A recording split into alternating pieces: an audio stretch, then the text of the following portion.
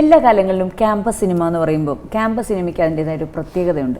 കാര്യം എല്ലാവർക്കും റിട്രീവ് ചെയ്യുന്നത് ക്യാമ്പസാണ്. ആരോട് ചോദിച്ചാലും ഏറ്റവും ഇഷ്ടപ്പെട്ട കാലം കോളേജ് ആയിട്ടൊരു കഥ എടുത്താൽ വലിയ, അതായത് പ്രായത്തിൽ മൂത്ത ആൾക്കാർ അവരുടെ കാലത്തിലൂടെ തിരിച്ചു വരികയും യങ് ജനറേഷൻ അതുമായിട്ട് റിലേറ്റ് ചെയ്യും, അതൊരു ആഘോഷമായി മാറുകയും ചെയ്യും. അത്തരം ഒരു ആഘോഷമായിരുന്നു നമ്മളെന്ന് തോന്നുന്നു. നമ്മളിലെ കാസ്റ്റിംഗ് ഒക്കെ എങ്ങനെയായിരുന്നു സർ? ഈ ഭാവനയും അതെ, അതിൻ്റെ പ്രൊഡ്യൂസർ ഡേവിഡ് കാച്ചപ്പള്ളിയായിരുന്നു. അദ്ദേഹം ഈ കലൂർ രവികുമാറും ഒക്കെ കൂടി ഒരു കഥയായിട്ട് എൻ്റെ അടുത്ത് വന്നപ്പോൾ ആ കഥയിലൊരു എലിമെൻറ്റ് എനിക്ക് ഇഷ്ടപ്പെട്ട് നമുക്കിത് വർക്ക് ചെയ്യാം എന്ന് പറഞ്ഞപ്പോൾ ആദ്യം അവർ സജസ്റ്റ് ചെയ്തത് കുഞ്ചാക്കോ ബോബനെയൊക്കെ ആയിരുന്നു.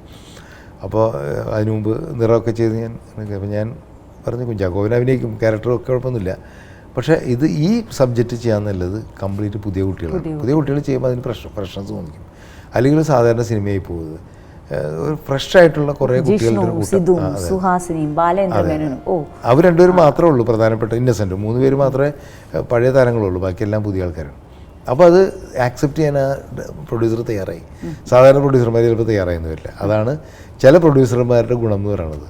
അപ്പോൾ ഡേവിഡ് കാച്ചപ്പള്ളി പറഞ്ഞ് അത് കമലിന് വിടുന്നു, കമൽ ഇഷ്ടം പോലെ തീരുമാനിച്ചോ എന്ന് പറഞ്ഞ് ഞാൻ പറഞ്ഞു നമുക്ക് പുതുമുഖങ്ങൾ വെച്ച് പടം ചെയ്യാമെന്ന് പറഞ്ഞു. അങ്ങനെയാണ് പിന്നെ പുതുമുഖങ്ങളെ കണ്ടെത്തി അങ്ങനെ ആ സിനിമ സംഭവിച്ചു. അന്ന് ഈ സ്റ്റാർ ഹണ്ടിങ് ഒക്കെ ചെയ്തോ സാർ? അതുണ്ടായിരുന്നു തീർച്ചയായിട്ടും. അത് സിദ്ധുവിനെ എനിക്ക് നേരത്തെ അറിയാം, ഭരതേട്ടൻ്റെ മോൻ എന്നുള്ള രീതിയിൽ. അപ്പോൾ ഞങ്ങളുടെ ഒരു ഞാനും കലവൂറും കൂടി സംസാരിച്ചു പെട്ടെന്ന് നമുക്ക് ഭരതേട്ടൻ്റെ മോനെ ഇട്ടാലോ എന്നിങ്ങനെ ഒരു ആലോചന അങ്ങനെ ഇട്ടാണ്. പിന്നെ ജിഷ്ണു രാഘവേട്ടൻ എൻ്റെ അടുത്ത് ഇങ്ങനെ ആ ന്യൂസ് കണ്ടിട്ട് എന്നെ വിളിക്കുകയും ഞാൻ ജിഷ്ണുവിനെ കണ്ടപ്പോൾ എനിക്ക് വളരെ ഇഷ്ടപ്പെട്ടു. അങ്ങനെയാണ് അവരൊക്കെ വരുന്നത്. പിന്നെ ഭാവന എൻ്റെ അടുത്ത് ഓഡീഷന് വേണ്ടിയിട്ട് വന്നതാണ്, നായികയുടെ റോളിന് വേണ്ടിയിട്ട് വന്നതാണ്. കുറേ കുട്ടികൾ വന്നു. അപ്പോൾ ഭാവനയുടെ ഈ ചടുലമായ വർത്തമാനം കേട്ടപ്പോൾ ഞാൻ മറ്റേ റോളിലേക്ക് ഭാവന മാറ്റുകയും ചെയ്തു.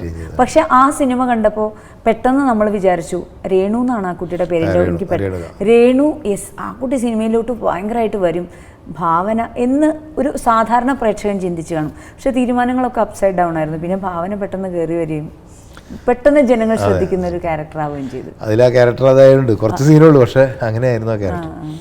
പിന്നെ ഭാവനയ്ക്ക് അങ്ങനെ ഒരു അവസരങ്ങൾ കിട്ടി. രേണുക കുറച്ച് സിനിമകളൊക്കെ അഭിനയിച്ച് പിന്നെ കല്യാണം കഴിച്ചവൾ സെറ്റിൽ ചെയ്തു. ഒരു US എനിക്ക് തോന്നുന്നു.